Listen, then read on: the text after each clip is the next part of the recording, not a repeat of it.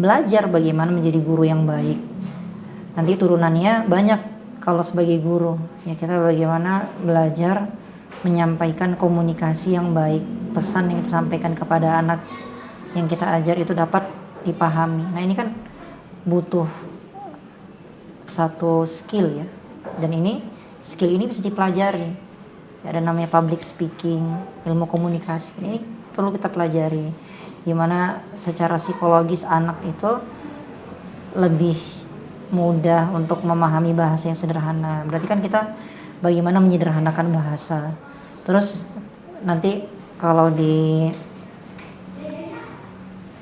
lain lagi gitu ya, bagaimana kita dalam berkomunikasi mengemas supaya kalimat yang kita sampaikan itu kalimat yang efektif, kalimat yang memang menyentuh ke hati mereka ya, sampaikan dari hati. Terus mudah-mudahan kalimat yang kita sampaikan dari hati sampai ke hati juga.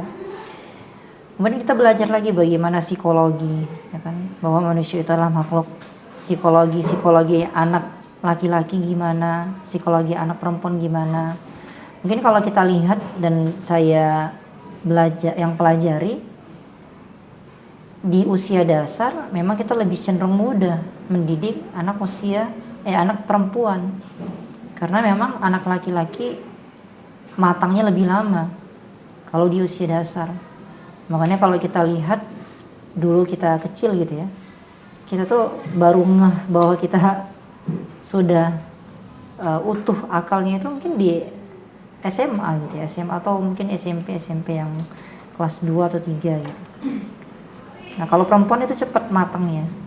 Nah ini perlu kita juga pahami, sehingga nanti kita tidak menyamaratakan anak. Ini perempuan aja begini gitu kan, rapi, mereka tertib. Terus yang lakinya agak susah gitu. Yang perempuannya dibilangi sekali mereka langsung tertib, yang ikhwannya susah. Ternyata memang beda kan mereka dari segi pertumbuhan mereka tadi lebih cepat matang perempuan, terus laki-laki lebih lambat. Nah terus preventifnya gimana? Apakah kita membiarkan? Enggak.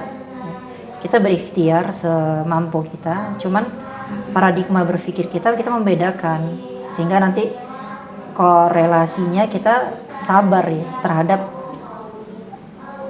hal-hal yang memang tadi tidak selaras dengan keinginan kita. Nanti jatuhnya kita tidak membanding-bandingkan ya antara satu anak laki-laki dan perempuan itu, misalnya konteks dalam bab psikologi. Terus mungkin nanti kita belajar lagi lebih dalam bagaimana tentang pendidik di usia dasar. Misalnya anak-anak di usia dasar ini memang cenderung lebih butuh yang namanya kasih sayang.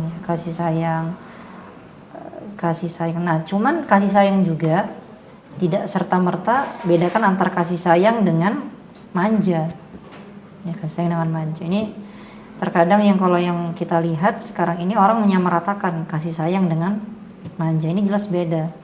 Karena kalau